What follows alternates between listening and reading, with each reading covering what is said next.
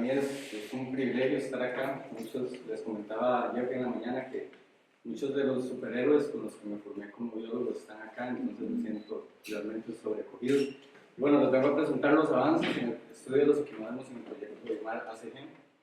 ¿Qué son los equinodermos? Bueno, los equinodermos son organismos marinos, es uno de los pocos filos que son exclusivamente marinos, y en la actualidad están representados por 5 grupos. En el proyecto Biomar hemos alcanzado 4 de estos. Tenemos estrellas quebradizas u ofiuros, tenemos erizos de mar y tenemos por último los pepinos de mar. En Costa Rica existen 364 especies, de las 466 reportadas para Centroamérica. Y estas especies habitan desde los 0 hasta más de 3.400 metros de profundidad. De estas 364 especies que hay en Costa Rica, 124 viven a más de 200 metros de profundidad. Pero en esta charla me voy a enfocar en las que viven entre 0 y 20 metros, que es hasta donde hemos alcanzado principalmente con el proyecto.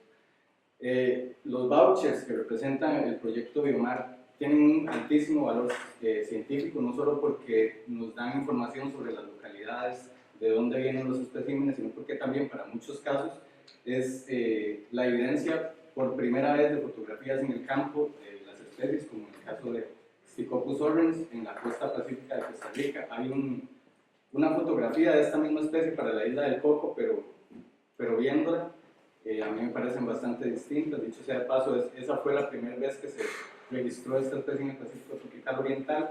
Y bueno, este es el único voucher que existe en el museo y nos ha traído varias sorpresas. De hecho, de las historias más bonitas que me ha tocado ver y poder tener la oportunidad de compartir fue la asociación del pez perla estrella, Carapus murlani, a 3 especies de equinodermos, que fue una asociación simbiótica nueva para el Pacífico tropical oriental, a pesar de que tanto las especies de pez como las especies de equinodermos tienen una amplia distribución en el trópico del mundo. Y bueno, esta base de datos está representada y resguardada en una colección debidamente curada en un repositorio sumamente importante a nivel centroamericano.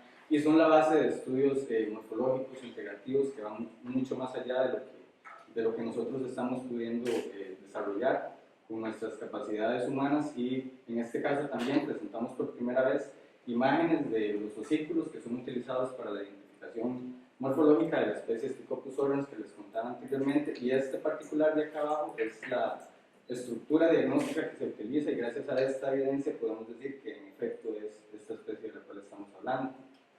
Pero bueno, yo les vengo a presentar las actualizaciones sobre los avances en relación al proceso de las secuencias moleculares del citocromo oxidasa 1 recuperadas de Volvo, así como otros alcances de difusión científica que se han llevado a cabo durante el periodo comprendido entre agosto del 2018 a noviembre de este año, que tenemos algunas actividades agendadas, producto de los estudios de los equinodermos en el proyecto Biomar. Entonces, como antecedentes, en el trabajo que don Jorge publicó en 2017, se mencionaba que en el ACG existen 15 especies de equinodermos. De esas 15, hasta ahora solo hemos encontrado 13. Sin embargo, ese número creció después del primer año a 64 especies, con varias de esas, alrededor de 28, como nuevos reportes para el Pacífico tropical oriental, que representan el 15.23% de la diversidad de especies de Costa Rica, enfocado ahora sí en las versiones más húmedas, perdón. Y existen 240 especies que viven más allá de los 20 metros de profundidad. Los sitios más visitados son los aledaños a las Islas Murciélago. Hemos visitado 25 sitios de muestreo en 5 expediciones en un año de muestreo, que fue entre 2018 y 2019. Y lo que hacemos en el campo es buscar epibiontes, también levantamos rocas, buscamos organismos infaunales, hacemos remontes de algas, etc. Recolectamos los especímenes, los llevamos al laboratorio y ahí los mantenemos en bandejas donde los empezamos a separar por gremio ecológico o por clase taxonómica dependiendo. También se narcotizan con ciertas soluciones y se procede a procesar los ejemplares. Y bueno, estos ejemplares son la base de secuencias que recuperamos de Wolf. Nosotros hacemos cortes de tejido en el campo, pero algunos ejemplares no fueron exitosamente secuenciados. Entonces, en el CIMAR nos dimos a la tarea a inicios de este año y finales del año pasado en tratar de representar nuevamente esas especies que se nos estaban escapando. Y bueno, a partir de esos archivos, TXT que se transforman en formato FASTA, se pueden hacer alineamientos con los que se pueden realizar reconstrucciones o propuestas de reconstrucción filogenética. Para esta especie en particular, ese Stichopus orbens, otra vez el pepino del que les hablé, nosotros no hemos recuperado secuencias como tales. Sin embargo, esta reconstrucción nos permite ver que, por ejemplo, juveniles que habíamos identificado que ejemplares que habíamos identificado como Stichopus fuscus, que es un género relacionado a Stichopus, tienen un best match con la especie Stichopus orbens, que es la que estamos buscando en este caso. Sin embargo, también podemos comprobar que, como se sostiene en la literatura, existe una relación muy fuerte entre esta especie Stichopus orbens y especies como Stichopus hermani y Stichopus nasco. Entonces, bueno, nosotros estamos también trabajando como en un proceso más integrativo por ciertos aspectos que les voy a contar más adelante relacionados a la morfología de este pepino en particular. Y bueno, los resultados que tenemos hasta ahora, hemos enviado 475 muestras a secuenciar en 5 placas, cada placa tiene 95 muestras, y hemos recuperado de esas 475, 343 secuencias, con un éxito de secuenciación en esas 5 placas para un 72%. Acá les muestro algunos números en cuanto a las muestras secuenciadas para cada una de las placas, el porcentaje de secuenciación, el total de especies, géneros y familias propuestos para cada una de esas placas, los que no pudieron ser determinados según las bases de datos de Volt, y cómo se encuentra en este momento analizado, verificado, si se ha reidentificado de manera secundaria esa validación morfológica que se hizo con la molecular. Y en el CIMAR tenemos en este momento una placa lista para que se envíe a la Universidad de Guelph para su secuenciación. Bueno, y de las especies que sí recibimos secuencias, ¿cuál es ese porcentaje de éxito que podemos inferir a la hora de identificar especies? La correspondencia de identificación de Tinodemos a partir del alineamiento manual de secuencias COI de los vouchers de Biomar, comparados con los algoritmos de búsqueda de Wolf y de GenBank, nos dan números que son diferentes. Ambas bases de datos aportan que existen 34 géneros, 34 géneros basados en morfología. La base de datos de Wolf dice que son 34 géneros, con eso estaríamos bien, pero la de GenBank dice que son 46. Las especies que nosotros proponemos a partir de la morfología, de las que obtuvimos secuencias, no de las 64 totales, sino de las que obtuvimos secuencias, son 43. Sin embargo, según Wolf son 53, o sea 10 más, y según GenBank son 63. Y bueno, ahí hay algunos valores de cómo se reparte esa riqueza dentro de las clases, pero este otro cuadrito de acá es el que me gustaría resaltar. Tenemos algunas secuencias que no se presentan del todo para algunas especies, principalmente en GenBank, que son 15 secuencias que son nuevas para esa base de datos, y tenemos para Wolf y para GenBank respectivamente 6 y 12 secuencias que no fueron concordantes con nada más, y 3 especies que no pudimos identificar con morfología y que las bases de datos tampoco nos han dado ninguna información. El éxito de secuenciación que nosotros obtenemos al comparar estas bases de datos, tanto para Wolf como para GenBank, difiere si comparamos las especies y los géneros. Las especies están en un color más oscuro y los géneros en un color más claro, y no llegan ni siquiera al 40%. Entonces a mí me parece que esto es como bastante importante de resaltar, y que bueno, de todos estos 132 vouchers aún no fueron exitosamente secuenciados. Con las secuencias que se obtuvieron, se construyeron 36 archivos de texto plano, uno por cada familia, y esto con el objetivo de poder desarrollar alineamientos y otros procesos de edición para generar las propuestas filogenéticas.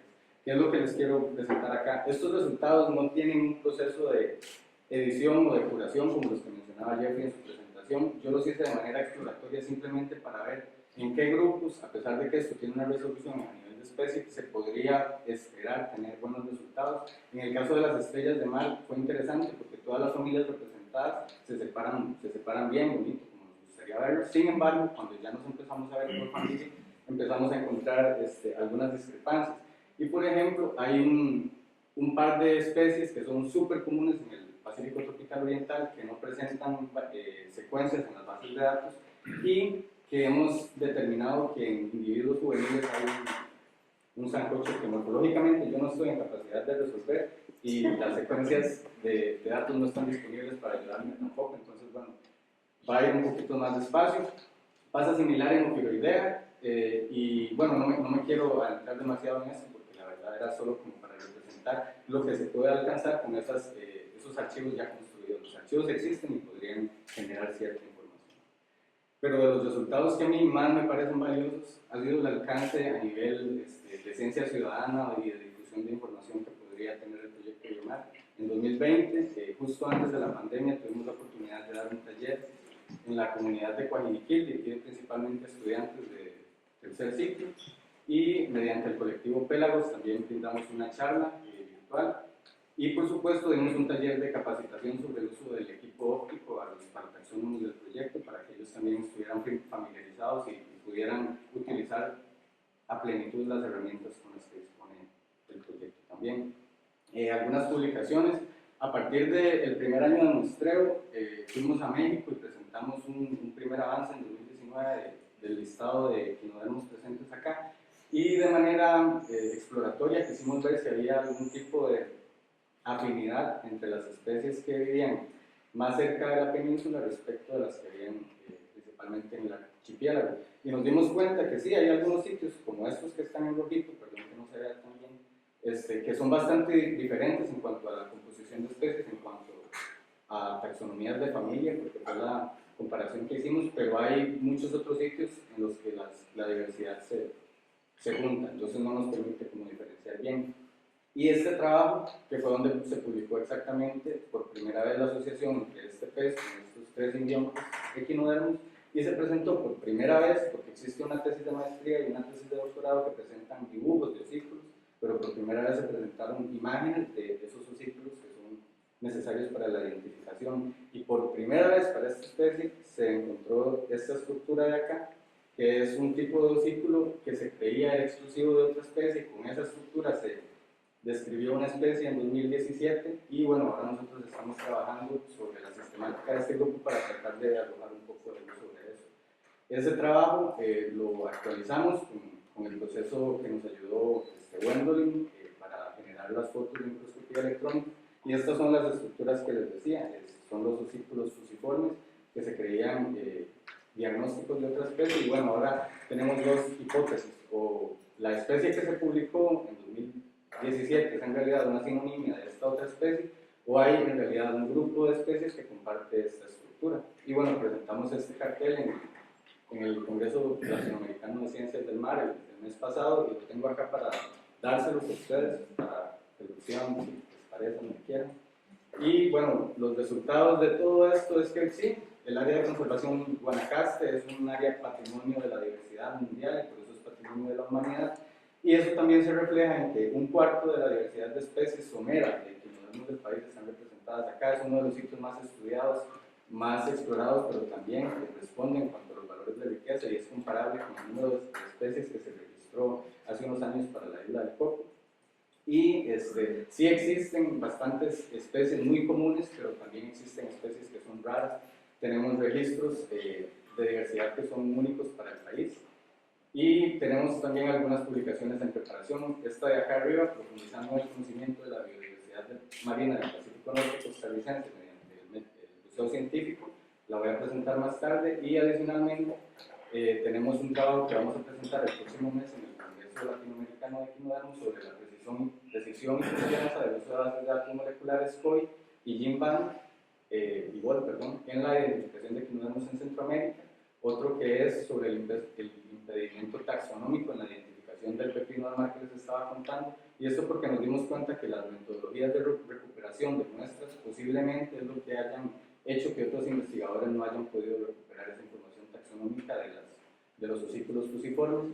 Tenemos un trabajo de sistemática molecular, filogenia y bibliografía del género Stichopus, que es lo que queremos resolver, y un trabajo sobre el género Ophioploccus, que es un género incubador que se creía endémico del Golfo de México, no, el Golfo de California, perdón, y de las Galápagos, pero en 2019 Gilbert, que es super crack, se la encontró por acá, y entonces ahora estamos tratando de arrojarlo sobre ese género también, y mi trabajo de tesis se titula Taxonomía Integrativa de los equinodermos del Pacífico Norte de Costa Rica, que es el trabajo final de graduación para la licenciatura. Y en conclusión, bueno, tenemos plantillas que están disponibles para cuando se termine de secuenciar esas especies que no han podido ser secuenciadas exitosamente. Los análisis de reconstrucción filogenética demostraron ser informativos, pero se necesita obviamente depurar toda esta información para llegar a conclusiones más robustas. Agradezco a todas estas personas y a las que faltan. Y bueno, a ustedes.